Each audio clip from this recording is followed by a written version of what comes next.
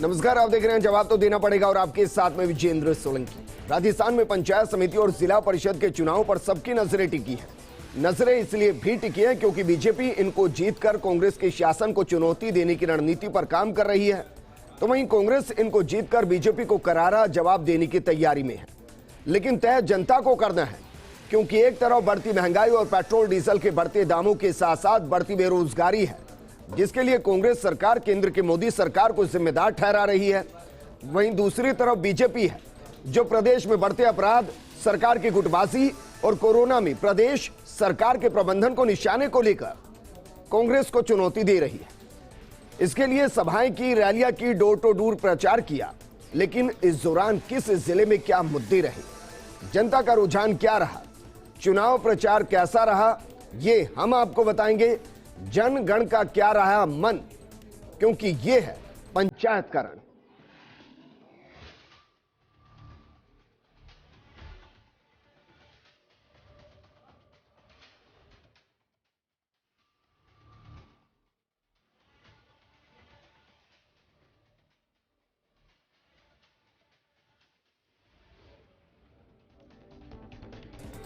राजस्थान के 6 जिले यानी कि भरतपुर, दौसा, जयपुर, जोधपुर, सवाई माधोपुर और सिरोही में 200 जिला परिषद सदस्यों और 1564 पंचायत समिति सदस्यों के लिए चुनाव होने हैं।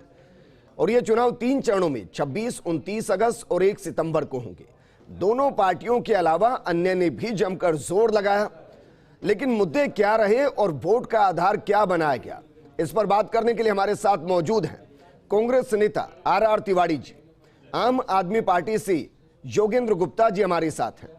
RR तिवारी जी, आपके साथ चर्चा को शुरू करना चाहूंगा। सर, आपकी सरकार है, सरकार रहने के साथ हमेशा यह माना जाता है कि चाहे पंचायत समिति के चुनाव हो, नगर निगम के चुनाव हो, सत्ता के साथ आगे बहती हुई नजर आती है। बीते चुनाव में ऐसा दिखाई नहीं दिया था। 21 पंचायत समितियों में से सिर्फ 5 पर कांग्रेस कब्जा कर पाई थी। मानकर चले इन 6 में कम से कम अपना दबदबा कांग्रेस कायम रखेगी और उस रिकॉर्ड को थोड़ा सा बेहतर करने की कोशिश करेगी। विजेंद्र, 3 चरणों के चुनाव का आगाज कल 26 अगस्त को हो रहा है और जननायक अशोक गहलोत की जन कल्याणकारी नीतियां पूरे राजस्थान के लिए जो पिछले 2.5 साल में जनता ने देखी है, उसके आधार पे दावे से मैं कह सकता हूं कि 6 जिला परिषदों के जिला प्रमुख कांग्रेस बनाने में अब की बार सफल होगी। ये भारतीय जनता पार्टी वाले जिस प्रकार से केवल ब्लैक पेपर बांटने का काम करते हैं, केवल सत्ता में काबिज होने के लिए मुंगेरी लाल के सपने देखते हैं, पहले तो ये तय नहीं हो पा रहा कि भारतीय जनता पार्टी में नेता है कौन। जी, सतीश पूनिया जी को अध्यक्ष तो बना रखा भारतीय जनता पार्टी ने, लेकिन कभी भूपेंद्र यादव टपक के आ जाते हैं, कभी गजेंद्र सिंह जी आ जाते हैं, कभी राजेंद्र राठौड़ जी, कभी गुलाब चंद जी कटारिया। कौन है? और असलियत में वसुंधरा राजे के बिना भारतीय जनता पार्टी अधूरी है। ये राजस्थान का RR तिवारी जी, मैं कुछ नाम ले रहा हूं, बताना ये किसकी पार्टी के और इनके बीच की गुटबाजी किस तरीके से सामने आई। भरतपुर में टिकट वितरण को लेकर कांग्रेस विधायक जाहिदा खान और वाजिब अली आमने सामने, दोनों ने एक दूसरे पर टिकट के फर्जीवाड़ी का आरोप लगाया। जोधपुर में जाखड़ और मदेना परिवार आमने सामने है। सवाई माधोपुर के अंदर अशोक बैरवा और उनके भाई के बीच विवाद चल रहा है। जयपुर में चोमू विधानसभा क्षेत्र से पूर्व विधायक भगवान साहे सैनी और पूर्व विधायक रामेश्वर यादव के बीच में तकरार है। ये 5 जगह मैं आपको बता रहा हूं, ये किसकी पार्टी के और इससे कांग्रेस निपटेगी कैसे। पहला सवाल तो यही है कि बीजेपी से लड़ाई है या अपने ही नेताओं से लड़ाई है। सवाल यह है कि विजेंद्र, राजस्थान में सत्ता पे काबिज है कांग्रेस की पार्टी, और जब सत्तारूढ़ पार्टी चुनाव में जाती है, चाहे पंचायत के चुनाव हो, परिषद के चुनाव हो, पालिका के हो, लोकसभा के हो, यहाँ कार्यकर्ताओं में प्रतिस्पर्धा ज्यादा होती है, इसलिए गुटबाजी भी ज्यादा ही नजर आएगी। लेकिन मैं फिर कह रहा हूं, ये तो मान रहे हैं कि गुटबाजी है, ये तो मान रहे हैं कि जनतंत्र में कांग्रेस खुली खिड़की वाली पार्टी है। यहाँ कोई लुका छुपी का खेल नहीं होता, कोई किसी पर आकर पत्थर मार दे। और जब टिकट वितरण हो जाता है विजेंद्र जी, तो कांग्रेस का लक्ष्य एक रहता है, चिड़िया की आंख। सर, ये सारी चीजें मैं टिकट वितरण के बाद ही बता रहा हूँ, लेकिन टिकट वितरण के बाद ही लगे हैं। टिकट वितरण के दौरान हुआ कि मेरे आदमी को दे दो या फलाने आदमी को दे दिया। जब उम्मीदवार घोषित हो गया, उसके बाद में कांग्रेस का कोई गुट नहीं है, केवल सोनिया गांधी और अशोक गहलोत को गुट है। और अब की बार हम परिषद और पंचायत के चुनाव में जीत करके आएंगे। उसके पीछे लॉजिक है विजेंद्र जी। सवाल ये कि राजस्थान के अंदर भूखा नहीं सोने दूं का नारा देने वाला जननायक अशोक गहलोत फिर एक अभिनव प्रयोग कर रहे हैं। देश में पहली बार उन्होंने घोषणा की है कल ही कि मैं राजस्थान में स्वास्थ्य के अधिकार का बिल विधानसभा में लेकर के आ रहा हूं जी। यही अशोक गहलोत जी हैं जिन्होंने सबसे पहले देश में निशुल्क सेवा योजना शुरू करी, इन्होंने निशुल्क जांच शुरू करी। तो मुझे ये बताइए, क्या कांग्रेस का संगठन कमजोर है जो जनता तक ये चीजें पहुंचा नहीं पाता? क्योंकि पिछले 21 पंचायत समिति 21 जिला परिषदों के जो चुनाव हुए थे 5 में ही जीते थे, और वो बहुत लंबी बात नहीं है, बीते साल की बात है, तब भी ये सारी चीजें थी, तब नहीं पहुंच पाई थी। सवाल है कि कोरोना की पहली लहर में हम जनता तक जा ही नहीं पाए, और अब की बार कांग्रेस का संगठन और सरकार ने मिलकर के विधायक और ब्लॉक कांग्रेस कमेटियां, वार्ड कांग्रेस संगठन तो है ही नहीं, निचले स्तर तक निवर्तमान जो है, अध्यक्ष कौन है, जिला अध्यक्ष कौन है, ये तो अभी नियुक्ति नहीं है। आर तिवारी जी, निवर्तमान जिला कांग्रेस कमेटियां हैं, उनको सर उनको तो डिमोलिश कर दिया गया था, हटाया गया था, लेकिन जब तक नया अध्यक्ष चाहे ब्लॉक में हो, वार्ड में हो, जिले में हो, हमारे वही पदाधिकारी काम कर रहे हैं और जनता तक हमारी योजनाएं गई हुई हैं और उसका रिजल्ट आएगा। चलिए, परिणाम तो बहुत कुछ बताएगा। योगेंद्र गुप्ता जी, सर तैयारी तो बड़ी बड़ी करते हैं कि हम राजस्थान में विधानसभा का चुनाव लड़ेंगे, हम राजस्थान में सरकार बनाएंगे, प्रभारी नियुक्त हो जाते हैं, वो भी दौरे करने आ जाते हैं, सभाएं भी कर लेते हैं, लेकिन जब चुनाव की बारी आती है तो आम आदमी पार्टी फिर नजर नहीं आती है। देखिए विजेंद्र जी, आपने एक बहुत सटीक और बहुत ही अच्छा सवाल पूछा। आज आपने पहला सवाल ये पूछा कि इन चुनाव में भारतीय जनता पार्टी विजय होगी या कांग्रेस विजय होगी। एक लाइन में जवाब दूं कि एक ही सिक्के के दो पहलू हैं, भारतीय जनता पार्टी जीते, कांग्रेस जीते, जनता की किस्मत नहीं बदलने वाली, पहला सवाल। दूसरा, आपने एक बहुत अच्छी बात कही, आज मैं आपके इस जो चैनल राजस्थान के सर्वाधिक लोकप्रिय चैनल में शामिल है, मैं आपको बहुत स्पष्ट रूप से बताना चाहता हूं कि आपने बहुत अच्छा पूछा कि हम बातें करते हैं लेकिन हम चुनाव में खड़े क्यों नहीं हो रहे हैं। देखिए, राजस्थान में इन्होंने एक बंदर बांट कर रखी है 5-5 साल की, इसीलिए बीजेपी हो, कांग्रेस हो, सिक्के के दो पहलू, ये आए वो आए, जनता नहीं बदलेगी। लेकिन थर्ड फ्रंट यानी आम आदमी पार्टी के आने से चूंकि इनके फर्क पड़ता है, इन्होंने राजस्थान में बहुत अच्छा षड्यंत्र किया। षड्यंत्र यह किया कि कोई भी क्षेत्रीय दल यहां पर परिषद चुनाव में, नगर निगम के चुनाव में इलेक्शन नहीं लड़ सकता। हिंदुस्तान के हर स्टेट में ये बैन नहीं है, लेकिन यहां के इलेक्शन कमीशन ने किया। इन्होंने क्या किया? इन्होंने ये किया है कि अगर आपके राजस्थान में या तो आप नेशनल दल हो, या आपके पास 3 सांसद, 3 विधायक और 1 सांसद हो, या आपको विधायक के चुनाव के अंदर 6% मत मिले, तभी आप यहां पर चुनाव लड़ सकते हैं। पूरे हिंदुस्तान के किसी और स्टेट के अंदर ये नियम नहीं है जी। बाकी जगह पर अगर किसी और स्टेट में आपके पास 3 या 4 एमएलए हैं तो आपको बाकायदा सिंबल मिलेगा। अगर आप कहीं पर और रजिस्टर्ड क्षेत्रीय दल के रूप में तो आपको बाकी स्टेटें मिलेगा। लेकिन राजस्थान में इन दोनों की दालें चूंकि कहीं बिगड़ नहीं जाए, इसलिए इन्होंने हमको रोकने के लिए नियम बनाया। इसके खिलाफ हम हाईकोर्ट में गए, हाईकोर्ट ने बाकायदे माना कि नहीं, आपको सिंबल मिलना चाहिए। उन्होंने इलेक्शन कमीशन को कहा कि बताइए, आप इसका जवाब दीजिए। इलेक्शन कमीशन ने जवाब नहीं दिया। उसके बाद में हमने कंटेम्प्ट ऑफ कोर्ट लगाया इसके, और यही वजह है कि हम चाहते हुए भी बीजेपी और कांग्रेस जो मिलीभगत षड्यंत्र है उसकी वजह से राजस्थान में हम ना तो पंचायत चुनाव लड़ पा रहे हैं और ना ही हम परिषद का चुनाव लड़ पा रहे हैं, क्योंकि हमें सिंबल अलॉट नहीं किया जा रहा है। संदेश क्या दिया है? इस सिक्के के दो पहलुओं में से किस पहलू की तरफ ज्यादा झुकाव है? देखिए, जब भी मेरे जो कांग्रेस के प्रवक्ता भाई चूंकि बीजेपी वाले हैं नहीं, जुड़ गए हैं, पुनीत कर्नावट जी हमारे साथ जुड़ गए हैं। मैं बताता हूं आपको। देखिए, इन्होंने जो बात कही, आपको मालूम होगा अभी रिसेंटली एक खबर आई है, राजस्थान भारत के सर्वाधिक भ्रष्टतम स्टेट में नंबर 1 है। हम किसी और में नहीं आए, लेकिन करप्शन में राजस्थान को हम नंबर 1 पर लेकर आए। उसके बाद भी अगर कांग्रेस वाले कहते हैं और गर्व से कॉलर ऊंचा करते हैं तो इससे शर्मनाक कुछ हो नहीं सकता। आपने देखिए, मेरी पूरी बात पूरी नहीं, ये रिपोर्ट मेरी नहीं है, ये रिपोर्ट मेरी नहीं है, ये रिपोर्ट मेरी नहीं है। दूसरा,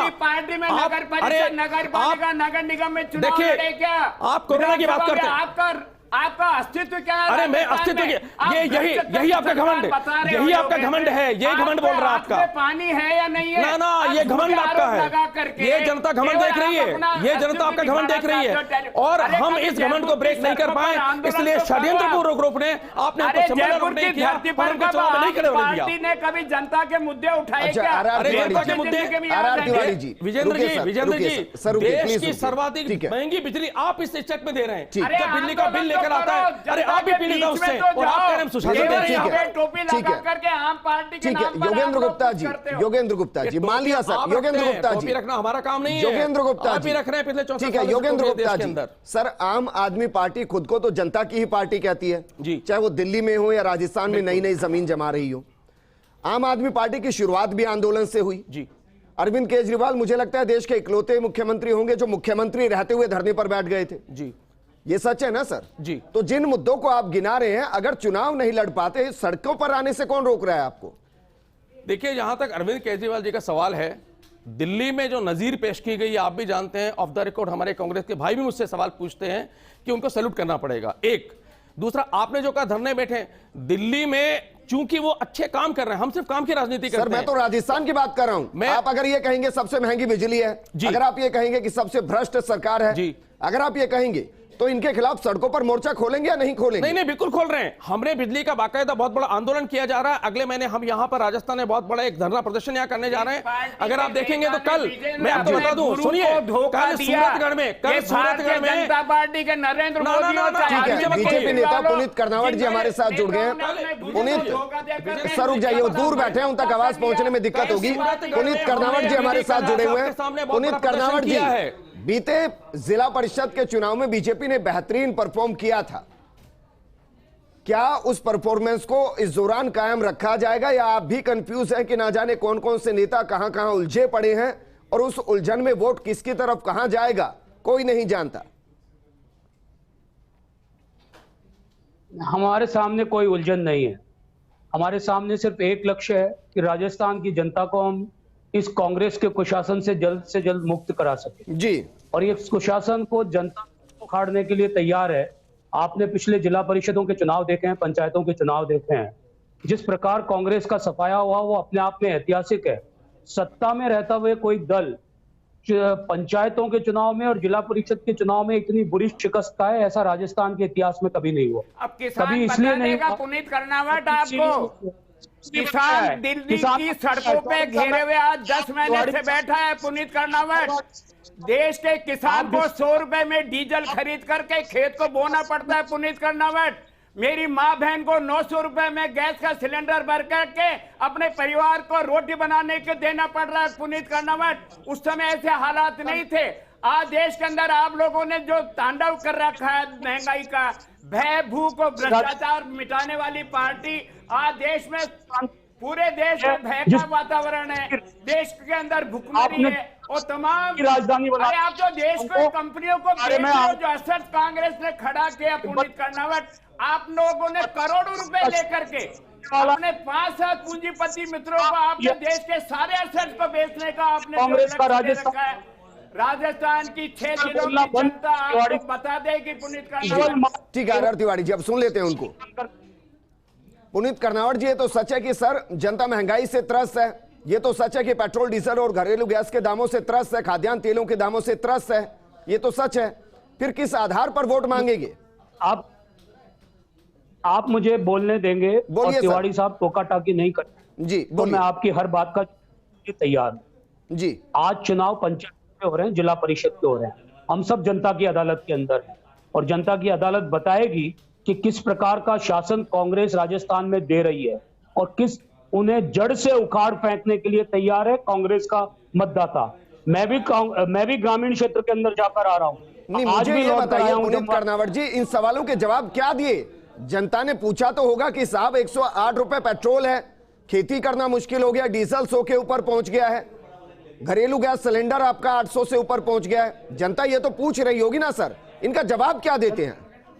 जी, जनता को हर सवाल पूछने का हक है और जनता सवाल पूछने के साथ साथ जानती भी है कि उसकी जेब से गया हुआ पैसा हिंदुस्तान के किसान की जेब में वापस से लौट रहा है, अच्छे यूरिया के रूप में लौट रहा है, अच्छे इंफ्रास्ट्रक्चर के रूप में लौट रहा है उन सब चीजों के बारे में उसका नरेंद्र मोदी के ऊपर विश्वास है, इसलिए वो प्रत्येक चीज के बारे में धैर्य के साथ उन सब चीजों को होते हुए देख रहा है जो हिंदुस्तान के विकास की नई कहानी लिखी जा रही है। लेकिन जिस विकास को रोकने का काम कांग्रेस ने किया, जिस कांग्रेस हमेशा विकास विरोधी रही, उसने कांग्रेस कभी भी गरीब को, किसान को आगे आने में कांग्रेस ने जो देश का ढांचा बनाया, पुनीत कर्नावटे जी उसको बेच रहे हैं देश के प्रधानमंत्री जी।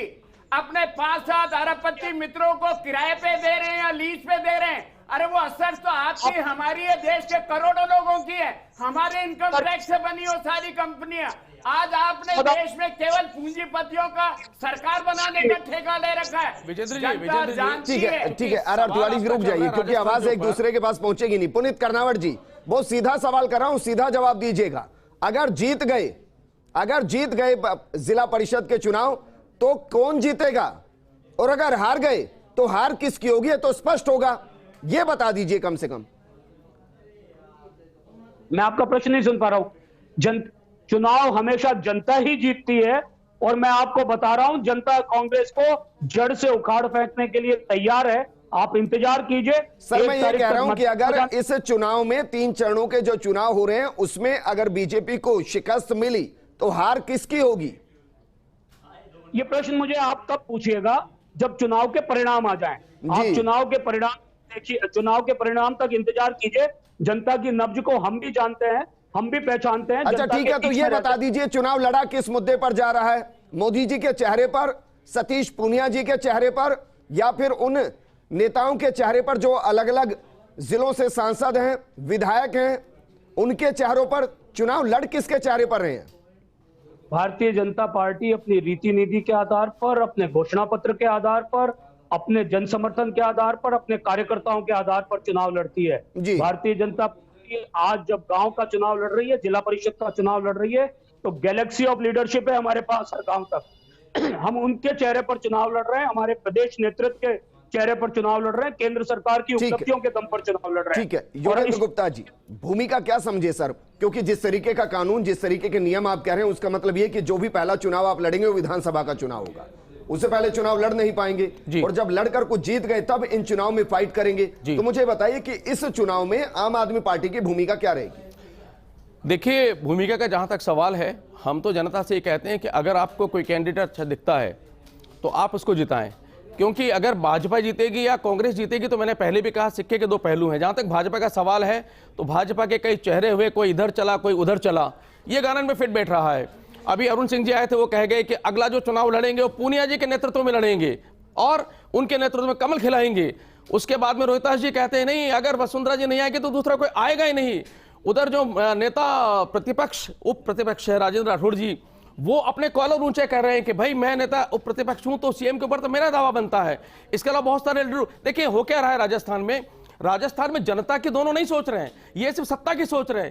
कांग्रेस वाले ये सोच रहे हैं कि हम कैसे 5 साल तक सत्ता बना के रखें, मुख्यमंत्री जी बंगले के बाहर नहीं निकलना चाहते, और भारतीय जनता पार्टी ये लोग ये सोच रहे हैं कि हमें क्यों करना है काम, हम तो अपने आप 2.5 साल बाद आ जाएंगे।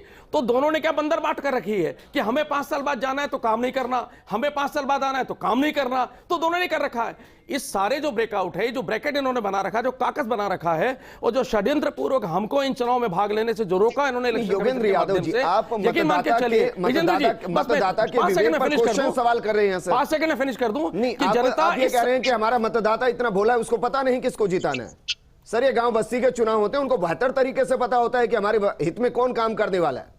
नहीं, प्रश्न मैंने ये नहीं कहा, वो समझदार है। भारत देश का मतदाता समझदार है, तभी ये भारत देश आज यहां पर खड़ा है। मैं सिर्फ ये कह रहा हूं कि इन्होंने जो एक काकस वहां बनाया दोनों पार्टी ने कि या तो हम या हम, उस केस में मतदाता के पास चूंकि बहुत ज्यादा ऑप्शन नहीं है, इसलिए उसकी मजबूरी है कि इनको चुने उनके चुने, लेकिन इन दोनों के चुनने के बाद में मतदाता की किस्मत में बदलाव नहीं होगा। देखिए आम आदमी पार्टी अपने लिए भविष्य देख रही है। नहीं, भविष्य तो देखिए आम आदमी पार्टी का ही है। आज अगर आप सड़क पे जाएंगे, कहीं जाएंगे, जो दिल्ली में नजीर पेश की, हमारे देखिए हिंदुस्तान में भारतीय संस्कृति में कहा जाता है कि डेगची के अंदर जब चावल उबलता है तो एक चावल को दबा के देखते हैं कि पूरा चावल पका कि नहीं पका। दिल्ली में 7 साल से हमने बताया कि सारे चावल पके हुए हैं, और यही वजह है कि पंजाब में आप चले जाइए हमारी तरफ देख रहे हैं, गोवा चले जाइए हमारी तरफ चले रहे हैं, गुजरात में हम गए तो सूरत के पंजाब के परिणाम भी आएंगे, गोवा के भी आएंगे, उत्तराखंड के परिणाम भी आएंगे, तब हम बात करेंगे इस पर। आर तिवारी जी, मानकर चले सर, इस बार कम से कम उतना बुरा हश्र नहीं होगा जैसा पहले 21 जिला परिषद के चुनाव में हुआ था, क्योंकि देखिए गुटबाजी तो नजर आ रही है और गुटबाजी को आप मान भी रहे हैं। है कि जब शहर के अंदर शहर की फैक्ट्रियां बनती है, गांव में नरेगा से हमने उनको 100 दिन की जगह 120 दिन का रोजगार की गारंटी, उनके घर में हमने राशन पहुंचाया, घर घर में जाकर के हमने दवा का वितरण किया। राजस्थान के जननायक अशोक गहलोत ने गांव के काया पलट दी है। अरे लेकिन ये तो बोले कि भ्रष्टाचार में नंबर एक कैसे आया? भारतीय जनता पार्टी की भ्रष्टाचार में नंबर एक कैसे आए? योगेंद्र जी की बात पूरे भारत में सबसे भ्रष्ट राज्य है, पार्टी की राजस्थान को सिरमौर बना दिया, उस पर तो बोलिए। भारतीय जनता पार्टी को मदद करती है, इसलिए योगेंद्र जी की तो बात को तो छोड़ो, मैं फिर कह रहा हूं आने वाले रिजल्ट में आप देख लेना 6 जिला परिषद के प्रमुख कांग्रेस के बनेंगे और ये जननायक। मैं ये कह रहा हूं कि जो गुटबाजी कांग्रेस में ही है, जो नेता आपस में ही एक दूसरे पर आरोप लगा रहे हैं, जनता के बीच में कैसे जाकर वोट मांगेंगे? मैंने कहा विजेंद्र जी, टिकट जब तक नहीं बढ़ते हैं आपस में रस्साकसी जीवंत पार्टी में होती है, और जब हम सत्ता में तो हमारे यहाँ ज्यादा नजर आ रही थी, लेकिन जब जिसको टिकट मिल गया उसके बाद में कोई गुट नहीं है। तमाम कांग्रेस के कार्यकर्ता, चाहे वो किसी का भी हो, हम सबका लक्ष्य है कि कांग्रेस का साथी चाहे परिषद का चुनाव लड़ रहा हो, चाहे पंचायत के साथी का चुनाव लड़ रहा, जीत हमारी होगी। और भारतीय जनता पार्टी के लोग जो मुंगेरी लाल के सपने देख रहे हैं, ये पुनीत कर्नावट जी तो खुद डिप्टी चेयरमैन बने हुए हैं डिप्टी नगर निगम के जी। आपको पता नहीं है क्या हालत हुई आज वहां नगर निगम में, किसका कब्जा है? ये भारतीय जनता पार्टी को खुद को सोच लेना चाहिए कि जिनकी सौम्या गुर्जर के पति ने 20% दलाली के नाम पर जो कुछ किया पूरा देश जानता है। आज तक सौम्या गुर्जर को सुप्रीम कोर्ट से भी लाभ नहीं मिला। तो मैं कह रहा हूं ये भारतीय जनता पार्टी 20% के कमीशन वाली पार्टी है, चाहे अजमेर के पार्षद हो, कोटा के पार्षद हो, जयपुर के पार्षद हो। ये भारतीय जनता पार्टी है भू को भ्रष्टाचार पार्टी विद डिफरेंस नारे तो ऐसे ऐसे देती है, लेकिन इनका चाल चरित्र चेहरा राजस्थान की तमाम जनता जानती है। और परिषद और पंचायत के चुनाव में डंके की चोट पर जननायक अशोक गहलोत की नीतियां जीतेंगे जी। और कांग्रेस नहीं जीत पाए तो लाएंगी। नहीं जीत पाए तो विजेंद्र तिवारी जी, मैं विजेंद्र जी आप मुझे मौका, मैं ना की बात ही नहीं कर रहा हूं, मैं कह रहा हूं हम 6 में प्रमुख बनाएंगे। ये रिजल्ट के दिन आप देखेंगे, मेरे को आप बुलाओगे तो पुनीत कर्नावट जी को भी बुलाना। ये कह रहे हमारे पास में हमारे नियम है, कायदे हैं। अरे अरुण सिंह जी आए थे, पुनीत कर्नावट जी आपके राजस्थान के प्रभारी, और भूपेंद्र यादव जी 400 किलोमीटर की यात्रा मेरे पास वक्त की कमी। आर तिवारी जी, पुनीत कर्नावट जी, सर रुक जाइए प्लीज। पुनीत कर्नावट जी, ये तो सच्चाई है सर कि जब एक नेता हवाई दौरा करता है बाढ़ के दौरान, तो फिर आपके प्रदेश अध्यक्ष कहते हैं कि वो हवा में नहीं, वो जमीन पर काम करते हैं। ये गुटबाजी तो नजर आती है ना, और जनता को दिखती है ये चीजें। अगर ये गुटबाजी एक बार साध ली जाए तो जनता के बीच में कम से कम एकजुट होकर पहुंचा तो जाए। भारतीय जनता पार्टी में ना तो गुटबाजी है और ना किसी प्रकार की कोई आशंका और निराशा है। ये सारी स्थितियां कांग्रेस की, आप कांग्रेस से पूछें। आप देख पा रहे हैं कि भारतीय जनता पार्टी को जन आशीर्वाद भी मिल रहा है, जन समर्थन भी मिल रहा है, और राजस्थान के अंदर भारतीय जनता पार्टी में गैलेक्सी ऑफ लीडरशिप है। हमारे पास सतीश पूनिया जी जैसा सक्षम प्रदेश नेतृत्व है, तो राजेंद्र राठौड़ जैसे, गुलाब जी कटारिया जैसे, वसुंधरा जी जैसे, और भूपेंद्र यादव जैसे, गजेंद्र सिंह जी जैसे, एक के बाद एक अनेक नेता है, और साथ भारतीय जनता पार्टी की रीति नीति के अनुरूप काम कर रहे हैं। आज हमारे यहाँ पर अशोक गहलोत जी और सचिन पायलट जी जैसी लड़ाई नहीं है जिसमें एक दूसरे को निकम्मा नकारा बताया जाता है। अशोक गहलोत एकमात्र नेता, पुनीत कर्नावट, सचिन पायलट ने भी उनको अपना नेता माना है। अब अपने अपने आगे का भविष्य तो तय करना ही पड़ता है, लेकिन अशोक गहलोत जी ही सर छोड़िए ना, मैं पंचायत चुनाव की बात कर रहा हूं, जिला परिषद के चुनाव की बात कर रहा हूं। पुनीत कर्नावट, कम से कम क्योंकि कल वोटिंग होनी है, मुझे यह बताइए, एक ऐसा मुद्दा बताइए जिसके ऊपर वोट मांगे गए होंगे। नेता तो पहुंचे ना वोट मांगने के लिए, किसको मुद्दा बनाया गया है? एक नहीं, आपको अनेक मुद्दे बता। लगातार कांग्रेस द्वारा किसानों की अवहेलना करना, अपनी घोषणा पत्र में कहना बिजली की दरें नहीं बढ़ाएंगे, बिजली की दरों को बढ़ाया जाना, किसानों के साथ अन्याय। पुनीत कर्नावट जी, किसानों के बिलों में बढ़ोतरी हुई क्या? आपने आप खेत तक नहीं में दिया क्या किसानों की बिजली के बिल नहीं बढ़ाए गए? आप ये शाश्वत झूठ बोल रहे हो। किसानों आप के उसको वो ब्याज, वो ऋण माफ नहीं किया जो नेशनल बैंकों से लिए गए। वो भारतीय जनता पार्टी की केंद्र में सरकार है। आपके 25 सांसद है पुरनीत कर्नावट, आप 25 सांसद से कहो, वो देश के वित्त मंत्री से कहे कांग्रेस उनको माफ करे। किसानों के बीच में सुनने दीजिए। उसे किसानों को पता है कि मोदी सरकार उनके हितैषी होकर किस प्रकार का काम कर रही है, किस प्रकार किसानों को उनके घर बैठे किसान सम्मान निधि पहुंचाई जा रही है, और बॉर्डर किस पर प्रकार उनका क्या, पुनीत कर्नावट जी, जो बॉर्डर पर उनका क्या, और उसकी वजह से पूरा देश परेशान, उसका क्या? पर एयर कंडीशन टेंट लगाकर किसानों के नाम पर बैठे हैं, उनको उत्तर प्रदेश के चुनाव में पूरी तरीके से नकारा जा चुका है। उनकी अपील का चुनाव चलिए पुनीत कर्नावट जी, शुक्रिया हमारे साथ जुड़ने के लिए। योगेंद्र जी आपका भी शुक्रिया, और आर तिवारी जी आपका भी शुक्रिया। जनता बहुत कुछ जानती है। पंचायत के चुनाव में जनता ये बेहतर तरीके से समझती है कि किसको चुनना है, किसको नहीं चुनना है, और उसके हिसाब से ही वो वोट डालती है। लेकिन नेताओं को जिम्मेदारी समझनी चाहिए। नमस्कार।